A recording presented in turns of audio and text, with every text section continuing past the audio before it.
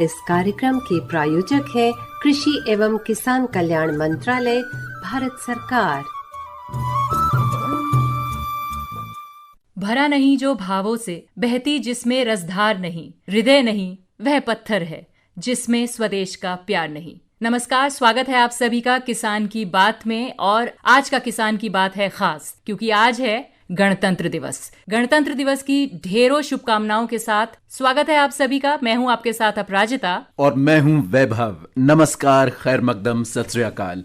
सभी श्रोताओं का हमारे कार्यक्रम किसान की बात में हार्दिक अभिनंदन और हमारे सभी सुनने वालों को, सभी देशवासियों को 72वें गणतंत्र दिवस की बहुत बहुत शुभकामनाएं। बिल्कुल, आज गणतंत्र दिवस है और एक खास मौका है जब भारतवासियों के दिल में एक अलग ही उत्साह, एक अलग ही उमंग की लहरें जो हैं वो दौड़ रही होती हैं। किसान की बात है एक बहुत ही खास कार्यक्रम जिसमें दोस्तों बात होती है किसानों के हित की। और जब बात किसानों के हित की आती है तो उनकी आय से जुड़ी बात भी होती है। वैभव, बिल्कुल सही कहा आपने अपराजिता। कृषि एवं किसान कल्याण मंत्रालय द्वारा प्रायोजित ये कार्यक्रम किसान की बात, जहां कृषि क्षेत्र से जुड़ी वो तमाम जरूरी बातें होती हैं जिनका सीधा सरोकार है हमारे किसान भाई बहनों से। ये सुझाव और नवीन तकनीकें मदद करेंगी कृषि उत्पाद बढ़ाने में और साथ ही साथ इनसे बढ़ेगी हमारे देश के किसानों की आय। कृषि क्षेत्र हमारी अर्थव्यवस्था का बेहद अहम भाग है। करोड़ों लोगों का जीवन प्रत्यक्ष रूप से कृषि क्षेत्र पर आधारित है और माननीय प्रधानमंत्री श्री नरेंद्र मोदी जी का संकल्प है कि हमें आत्मनिर्भर बनना है। और कृषि क्षेत्र में आत्मनिर्भर बनने का अर्थ होगा कि उन सभी जरूरी चीजों को भारत देश में ही उत्पादित करना जिन्हें आयात करना पड़ता है, ताकि घरेलू उत्पादकों को लाभ मिले और आयात पर होने वाला खर्च, राजस्व का वो हिस्सा बच पाए। अपने देश का आत्मनिर्भर होना बहुत जरूरी है, क्योंकि अगर हमारा देश आत्मनिर्भर होगा तो देश का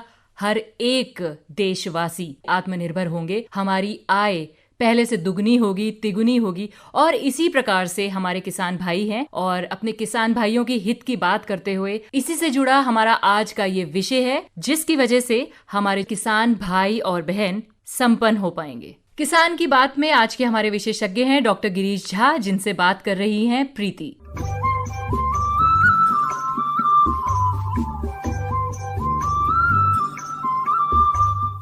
किसान की बात कार्यक्रम में आप सभी का स्वागत करना चाहेंगे। और आज का दिन विशेष है, आज गणतंत्र दिवस। हमने सुबह परेड देखी और वाकई में ऐसा लगता है कि हाँ, ये जिंदगी जो है ये बहुत महत्वपूर्ण है और हमें भी कुछ कर गुजरना है। गणतंत्र दिवस की ढेर सारी शुभकामनाओं के साथ आज का कार्यक्रम आरंभ करते हैं। और आज हमारे साथ स्टूडियो में डॉक्टर गिरीश शाह है। डॉक्टर साहब, आपका बहुत बहुत स्वागत करते हैं गोल्ड के स्टूडियो में। डॉक्टर साहब प्रधान वैज्ञानिक है, भारतीय कृषि अनुसंधान संस्थान पूसा से जुड़े हैं। और डॉक्टर साहब, आज का दिन विशेष है तो मैं सोच रही थी, माननीय प्रधानमंत्री महोदय का संकल्प है, उनका सपना है कि आत्मनिर्भर भारत हो और इसमें हमारा किसान समृद्ध हो। आज यही विषय लेकर के चलते हैं। प्रीति जी, सबसे पहले तो मैं किसान भाइयों को गणतंत्र दिवस की ढेर सारी बधाइयां देना चाहता हूं जी। तो जैसा कि आप सभी जानते हैं कि माननीय प्रधानमंत्री मई 2020 में जब पूरा देश और हम तो कह सकते हैं पूरा विश्व कोरोना महामारी से जूझ रहा था, तो उस चुनौती को अवसर में बदलने के लिए आत्मनिर्भर भारत अभियान का आह्वान किया था। इस अभियान को गति देने के लिए जो है उन्होंने 20 लाख करोड़ का जो एक व्यापक और विशेष जो आर्थिक पैकेज का भी घोषणा किया था।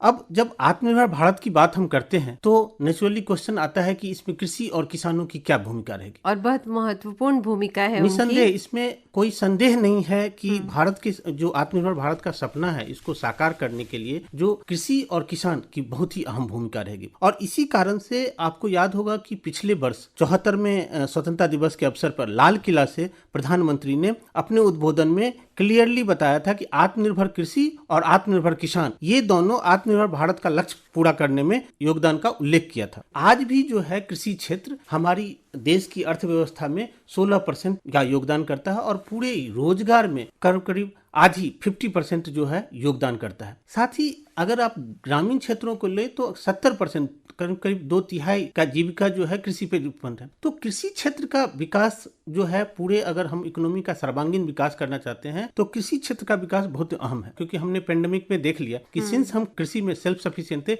इसीलिए कभी भी किसी भी अन्न की, खाद्य पदार्थों की कोई कमी नहीं हो। तो इस चीजों को उस समय जो हमारे किसानों ने जो कर दिखाया, उस चीजों को हम भूल नहीं सकते। और उतना ही नहीं, उसका जो गति है, ग्रोथ रेट था, वो ज्यादा हुआ वनस्पति पिछले साल की, तो इसमें भी उसमें सरकार का भी योगदान था और किसान भाइयों का भी योगदान था। इस सबको ध्यान में रखते हुए आत्मनिर्भर भारत के पैकेज के प्रति कृषि और उससे संबंधित चाहे पशुपालन हो, मत्स्य पालन हो, खाद्य संस्करण हो, इस सब के लिए इंफ्रास्ट्रक्चर लॉजिस्टिक हो, चाहे कैपेसिटी बिल्डिंग हो, जो क्षमता निर्माण की बात करते हैं, या प्रशासनिक सुधार के लिए कई अहम जो है कदम सरकार ने उठाए हैं। तो उस सारे कदमों को हमें जानना है और हम आज कोशिश करेंगे कुछ जो इम्पोर्टेंट स्टेप्स हैं उसको हमने बारी बारी से उनकी जानकारी दी है किसान भाइयों को। तो हम एक कॉम्प्रिहेंसिव बताना चाहते हैं कि आत्मनिर्भर भारत में जो एग्रीकल्चर से रिलेटेड पैकेज है उसका किसान भाई कैसे फायदा उठा सकें और उसमें क्या क्या इंपॉर्टेंट मुद्दे हैं, क्या क्या इंपॉर्टेंट फंड्स, क्या क्या इंपॉर्टेंट स्कीम आई है। किसान की बात कार्यक्रम आज का महत्वपूर्ण है, गणतंत्र दिवस है और किसानों को क्या क्या फायदे दिए जा रहे हैं ये भी उन तक पहुंचना बहुत जरूरी है। डॉक्टर गिरीशा, पिछले दिनों हमने बहुत चर्चा भी की थी एग्रीकल्चर इंफ्रास्ट्रक्चर फंड के बारे में। इसका लाभ हमारे किसान मित्र ले सकते हैं कैसे, ये हम आपसे जानना चाहेंगे। देखिए, आज हमारा देश कृषि उत्पादन में दूसरे स्थान पे है। अब समय की मांग है कि हमारा कृषि क्षेत्र जो है आधुनिक बने। इसके कृषि क्षेत्र में जो है मूल्य वृद्धि हो, मूल्य संवर्धन हो, खाद्य प्रसंस्करण हो और मॉडर्न पैकेजिंग सिस्टम हो, ये सारी चीजों के लिए हमें बुनियादी ढांचों की जरूरत है। तो हमारा इंफ्रास्ट्रक्चर लॉजिस्टिक स्ट्रांग होना चाहिए। इस सब को ध्यान में रखते हुए गवर्नमेंट ने एक सेंट्रल सेक्टर स्कीम लागू किया है जिसमें कि फाइनेंसिंग फैसिलिटी दिया जाएगा लॉन्ग टर्म का, मीडियम टर्म्स का अंडर एग्रीकल्चर इंफ्रास्ट्रक्चर फंड। और ये फंड जो है वो 1 लाख करोड़ का है। अब इस फंड का मेन एम्फेसिस है वो ये है कि जो फार्म गेट पे पोस्ट हार्वेस्ट लॉजिस्टिक्स जो है, पोस्ट हार्वेस्ट स्ट्रक्चर्स जो है, चाहे वो मार्केटिंग इंफ्रास्ट्रक्चर हो, चाहे वो स्टोरेज फैसिलिटी हो, चाहे कोल्ड चेन हो या मॉडर्न पैकेजिंग फैसिलिटी हो, इवन कम्युनिटी जो फार्मिंग एसेट्स है, चाहे अगर कोई ऑर्गेनिक इनपुट प्रोडक्शन करना चाहता है, इस सब के लिए इसमें लोन दिया जाएगा। और ये लोन का विशेषता ये है कि ये इस लोन के लिए किसान भी एलिजिबल है, किसान की जो समूह होती है फार्मर प्रोड्यूसर ऑर्गेनाइजेशन वो भी एलिजिबल है, या जो सहकारी समिति होते हैं वो भी एलिजिबल हैं, सेल्फ हेल्प ग्रुप एलिजिबल हैं, जो ज्वाइंट लायबिलिटी ग्रुप हैं, या जो कोई स्टार्टअप है, या ये सारे लोग इसका फायदा उठा सकते हैं। और ये करीब 10 साल चलेगा और 4 साल तक में इसमें फंड का डिसबर्सल होगा। और इसकी सबसे बड़ी बात यह है कि इसमें इंटरेस्ट सबवेंशन होगा, 3% का पर एनम जो है इंटरेस्ट सबवेंशन होगा और क्रेडिट गारंटी भी गवर्नमेंट देगी। तो इस चीजों का फायदा उठाकर किसान या किसान का समूह या जो सहकारी समिति है वो लॉजिस्टिक इंफ्रास्ट्रक्चर डेवलप कर सकते हैं। क्योंकि होता क्या है कि हमारे देश में अभी भी 86% जो किसान है वो लघु और सीमांत किसान है। तो जब उपज बढ़ भी जाती है, जैसे मैंने अभी आपको बताया कि हम बहुत सारी कमोडिटी में सरप्लस हैं, लेकिन होता क्या है कि स्टोरेज स्ट्रक्चर के अभाव में या वैल्यू एडिशन के अभाव में हम क्या करते हैं, किसान को डिस्ट्रेस सेल करना पड़ता है। वो क्यों इमीडिएटली सेल करते हैं और उनको एक सही मूल्य नहीं मिल पाता है, जिससे उनकी आमदनी नहीं बढ़ पाती। स्टोरेज स्ट्रक्चर का जो बॉटलनेक है, ये जो प्रोसेसिंग सेक्टर का जो बॉटलनेक है, इसको दूर करने के लिए ये फंड क्रिएट किया गया। और मैं किसान भाइयों से ये आग्रह करूंगा कि वो कृषि सहकारिता और किसान कल्याण विभाग के वेबसाइट पे जाएं और agriinfra.dac.gov.in में देखें। बहुत अच्छा वेबसाइट बनाया हुआ है। उस वेबसाइट में ये भी लिखा हुआ है कि स्कीम क्या है, इसकी ऑब्जेक्टिव क्या है।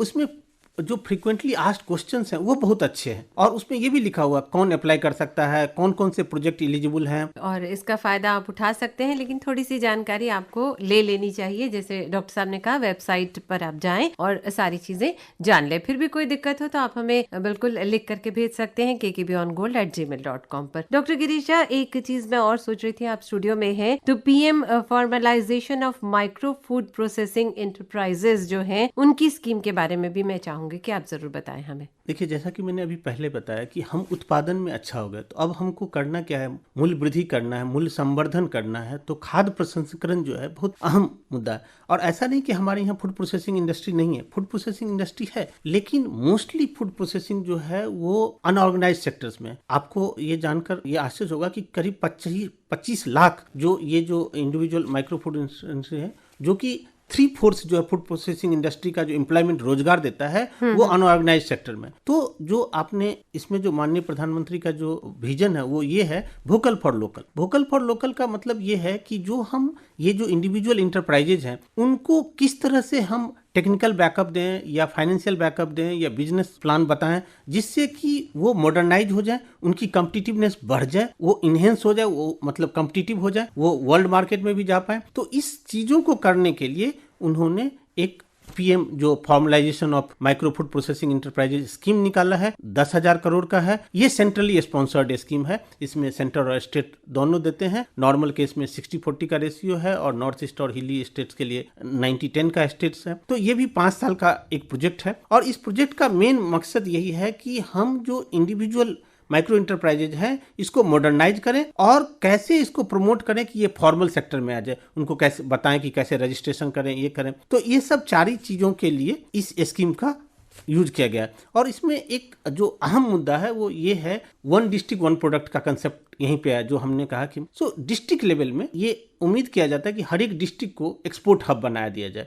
एक डिस्ट्रिक्ट में मोर देन 1 क्लस्टर भी हो सकता है, लेकिन उस डिस्ट्रिक्ट में उसी प्रोडक्ट की, सो दैट कि जब भी हम इनपुट भी खरीदें तो एक ही प्रोडक्ट के लिए जो इनपुट होगा या उसकी मार्केटिंग स्ट्रक्चर्स होगा, इस सारी चीजों में इकोनॉमी ऑफ स्केल आ जाए। तो इसीलिए जो वोकल फॉर लोकल है या वन डिस्ट्रिक्ट वन प्रोडक्ट का जो कंसेप्ट है, उस प्रोसेस में ये कहा जा रहा है कि हम सारे जो अनऑर्गेनाइज सेक्टर्स में हमारे जो मैसिव जो माइक्रो फूड इंडस्ट्री है, इसको हम किस तरह से उसका उत्थान कर सकें, किस तरह से हम उसको जो है मॉडर्नाइज कर सकें और उसको फॉर्मल सेक्टर में ले जाएं। बिल्कुल, मुझे लगता है बहुत महत्वपूर्ण बातों पे आज चर्चा हो रही है विशेष दिन पर। अगर हमारे किसान मित्र बिल्कुल ध्यान से हमारा कार्यक्रम सुन रहे हैं तो उनके फायदे की बहुत सारी बातें हम उन्हें बता रहे हैं। और डॉक्टर गिरीशा, पीछे आपने जिक्र किया था पशुपालन के बारे में, मत्स्य पालन के बारे में, तो इससे भी रिलेटेड बहुत सारे इनिशिएटिव्स जो है वो गवर्नमेंट द्वारा लिए गए हैं, केंद्र सरकार द्वारा। मैं चाह रही थी कि उस पर भी थोड़ी सी जानकारी देते चलिए। बेसिकली गवर्नमेंट इस सारी चीज़ों में इनिशिएटिव्स कर रहे हैं, लेकिन यहाँ पे मैं केवल एक ही चीज़ का जिक्र करना चाहूँगा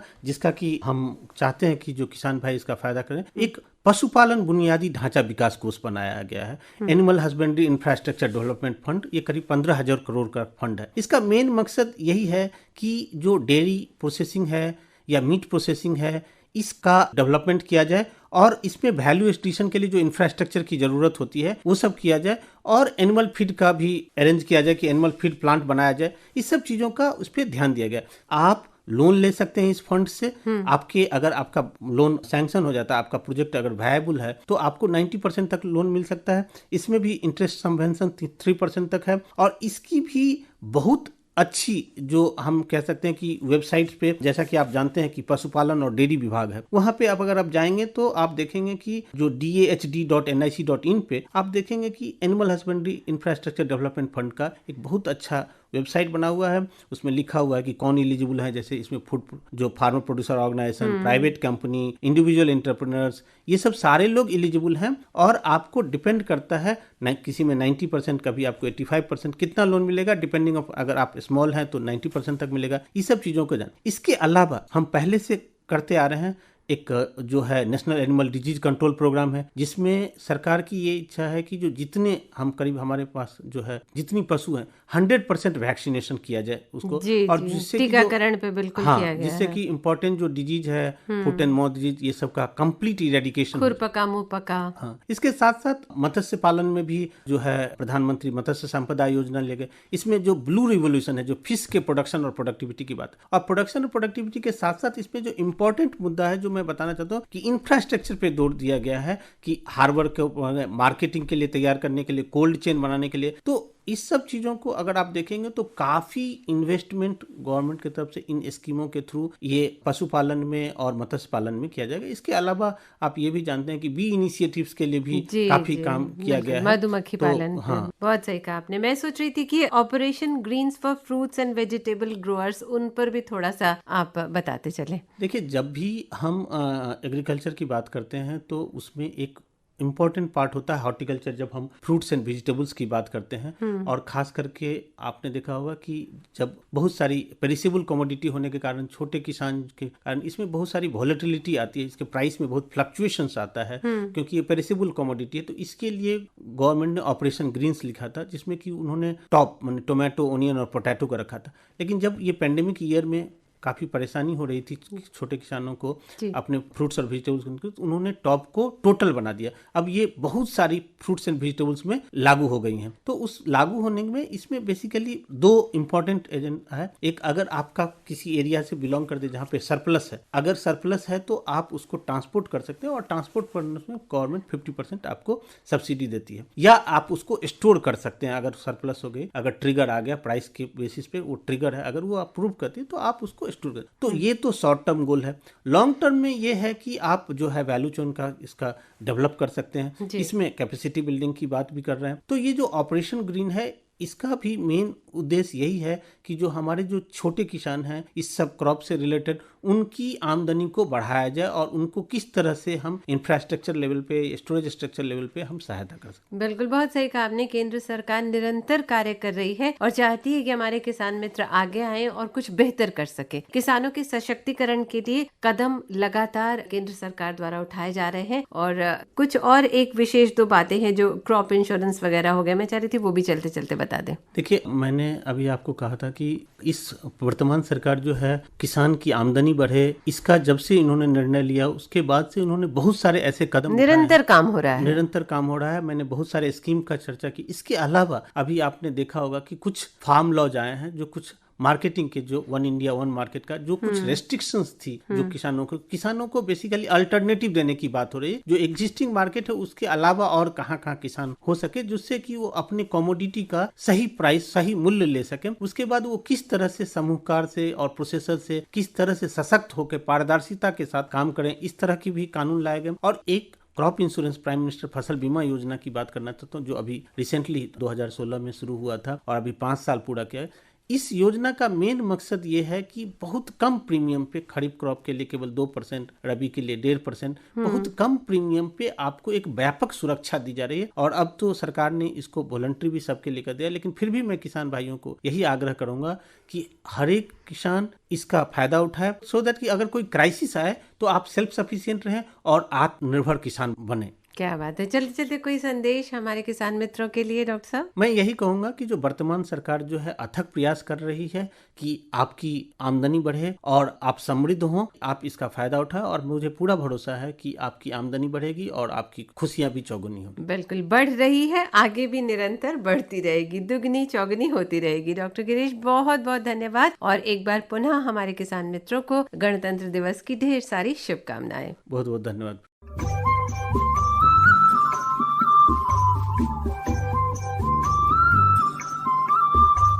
तो अभी आपने सुनी हमारे आज के विशेषज्ञ से बातचीत। डॉक्टर गिरीश झा थे हमारे आज के विशेषज्ञ, जिनसे बात की प्रीति ने। जहां डाल डाल पर सोने की चिड़िया करती है बसेरा, वो भारत देश है मेरा, वो भारत देश है मेरा। तो आइए अब देशभक्ति के रंग में ओतप्रोत हो जाएं और सुने ये देशभक्ति गीत। जहाँ डाल डाल पर सोने की चिड़िया करती है बसेरा, वो भारत देश है मेरा, वो भारत देश है मेरा। जहाँ डाल डाल पर सोने की चिड़िया करती है बसेरा, वो भारत देश है मेरा, वो भारत देश है मेरा। जहाँ सत्य, अहिंसा और धर्म का पग पग लगता डेरा, वो भारत देश है मेरा, वो भारत देश है मेरा। जय भारत, जय भारत, जय भारत, जय भारत।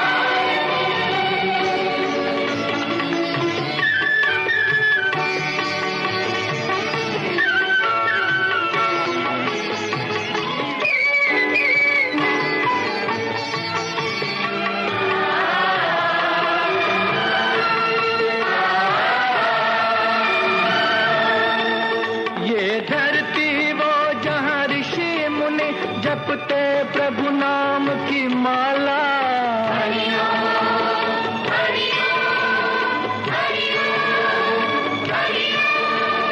जहाँ हर बालक एक मोहन है और राधा एक एक बाला, और राधा एक एक बाला। जहाँ सूरज सबसे पहले आकर डाले अपना फेरा, वो भारत देश है मेरा, वो भारत देश है मेरा।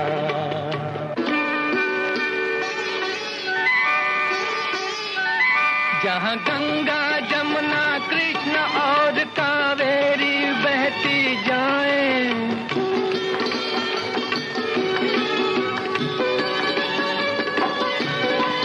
जहाँ जहाँ उत्तर दक्षिण पूरब पश्चिम को अमृत पिलवाए, ये अमृत पिलवाए। कहीं ये फल और फूल उगाए, केसर कहीं बिखेरा, वो भारत देश है मेरा, वो भारत देश है मेरा। तो अब कार्यक्रम किसान की बात में समय हुआ है अपने किसान मित्र से बात करने का। और आज की किसान मित्र जिनसे हम बात कर रहे हैं वो हैं नीलम आर्य।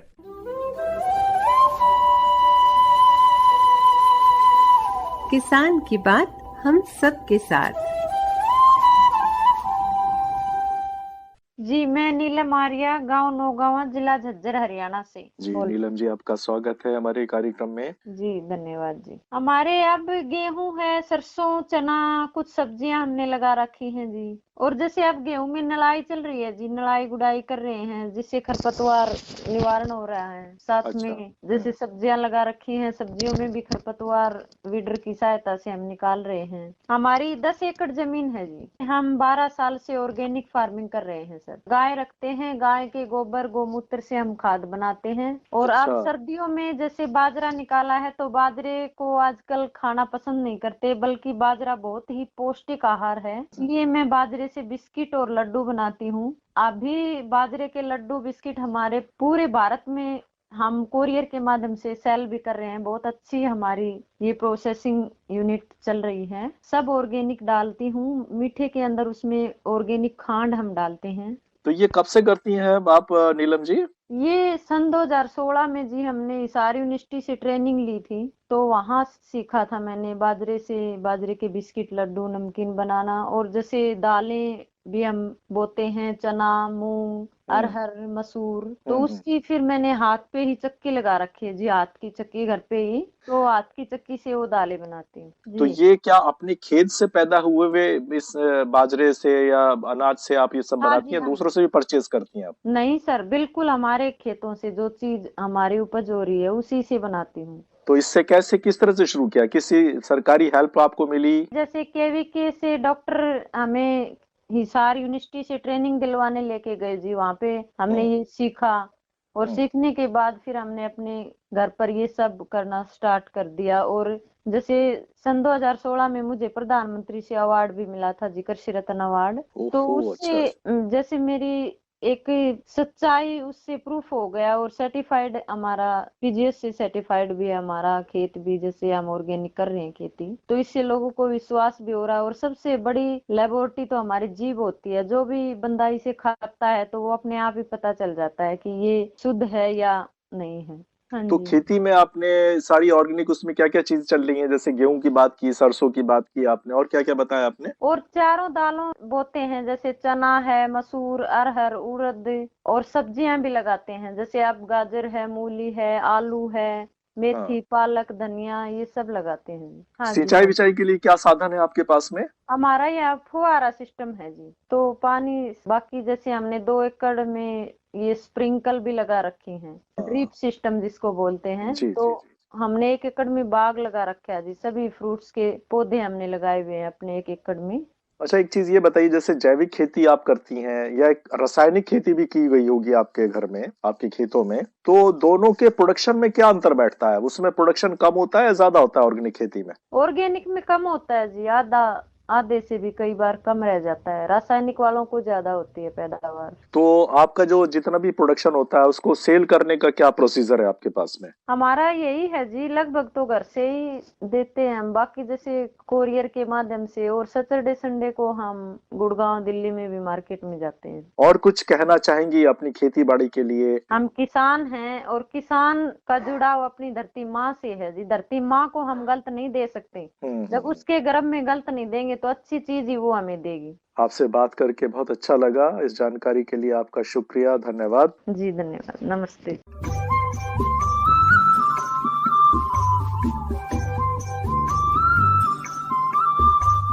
वैभव, मौसम आजकल हर दिन बदल रहा है। किसी दिन बहुत कड़ाके की ठंड हो जाती है और धुंध घिराती है, सूरज देवता के दर्शन होने को नहीं मिलते। और किसी दिन सूरज देवता इतने मेहरबान होते हैं कि आपको ये लगने लगता है कि कहीं गर्मियां तो नहीं आ गई। बिल्कुल ठीक कहा अपराजिता आपने। और मौसम की जहां तक बात की जाए तो हम अपने कार्यक्रम में हर बार मौसम से जुड़ी कुछ अहम जानकारी अपने सभी श्रोताओं को देते हैं। तो आज मौसम के भाग में हम कौन सी जानकारी दे रहे हैं, आइए सुनते हैं। मौसम की दस्तक किसान के घर तक। पश्चिमी हिमालयी राज्यों जम्मू कश्मीर, हिमाचल प्रदेश, लद्दाख और उत्तराखंड के कुछ हिस्सों में बारिश और हिमपात की गतिविधियां जारी रहने की संभावना है। उसके बाद पहाड़ों पर मौसम साफ हो जाएगा। पंजाब, हरियाणा, दिल्ली समेत उत्तर प्रदेश के सभी भागों में मौसम शुष्क रहने के आसार हैं। अगले 24 घंटों के दौरान धुंध और आंशिक बादलों के कारण धूप का प्रभाव कम से कम रहेगा। पश्चिमी हिमालय से बर्फ की ठंडक लेकर आने वाली शुष्क और पश्चिमी हवाओं के चलते उत्तर पश्चिम और मध्य भारत के शहरों में न्यूनतम तापमान में गिरावट होगी। उत्तरी राजस्थान, पंजाब, हरियाणा, दिल्ली और उत्तर प्रदेश के कुछ हिस्सों में शीतलहर की स्थिति रहने की संभावना है। और अब हमारे किसान भाई बहनों के लिए मौसम से जुड़े हुए कुछ परामर्श। गेहूं की फसल में यदि दीमक का प्रकोप दिखाई दे तो बचाव हेतु किसान क्लोरोपारीफॉन्स 20 EC 2 लीटर प्रति एकड़ 20 किलोग्राम बालू में मिलाकर खेत में शाम को छिड़क दें। वहीं चने की फसल में फली छेदक कीट की निगरानी हेतु फेरोमोन प्रपंच जो कि 3 से 4 प्रपंच प्रति एकड़ उन खेतों में लगाएं जहां पौधों में 10 से 15% फूल खिल गए हैं। टी अक्षर आकार के पक्षी बसेरा खेत के विभिन्न जगहों पर लगाएं।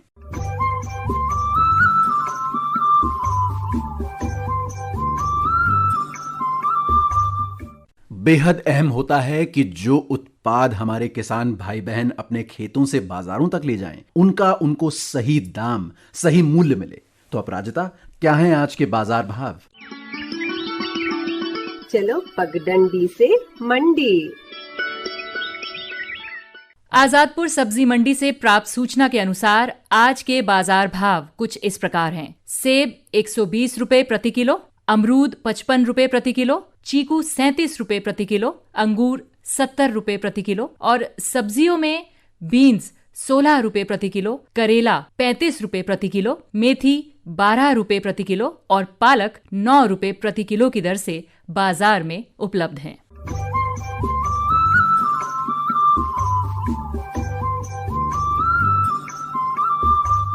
किसान की बात कार्यक्रम में अगर आप अपना कोई सुझाव देना चाहते हैं, अगर आपकी कोई प्रतिक्रिया है तो आप हमें ईमेल के द्वारा लिखकर भेज सकते हैं kkbongold@gmail.com पर। मैं बताना चाहता हूं हमारे सभी श्रोताओं को कि 27 जनवरी यानी बुधवार को हमारा ये कार्यक्रम लाइव जाएगा। इसका मतलब आप सीधा हमारे स्टूडियोज में फोन करके हमसे उस दिन के विषय पर बातचीत कर सकते हैं। कल का हमारा विषय है रबी और तिलहनी फसलों की देखभाल और इस विषय पर बातचीत करने के लिए स्टूडियो में मौजूद विशेषज्ञ होंगी डॉक्टर कपिला शेखावत। सबके अधिकारों का रक्षक, अपना ये गणतंत्र पर्व है, लोकतंत्र ही मंत्र हमारा और हम सबको इस पर ही गर्व है। जी हाँ, गणतंत्र दिवस की ढेरों शुभकामनाओं के साथ मैं यानी अपराजिता और मैं वैभव विदा लेते हैं इस कार्यक्रम किसान की बात से। नमस्कार।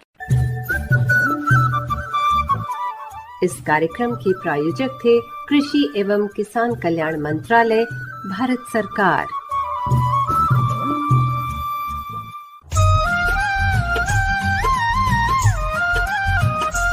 ऐसी नई नई तरकीबें अब हमको है चुननी, ऐसी नई नई तरकीबें अब हमको है चुननी।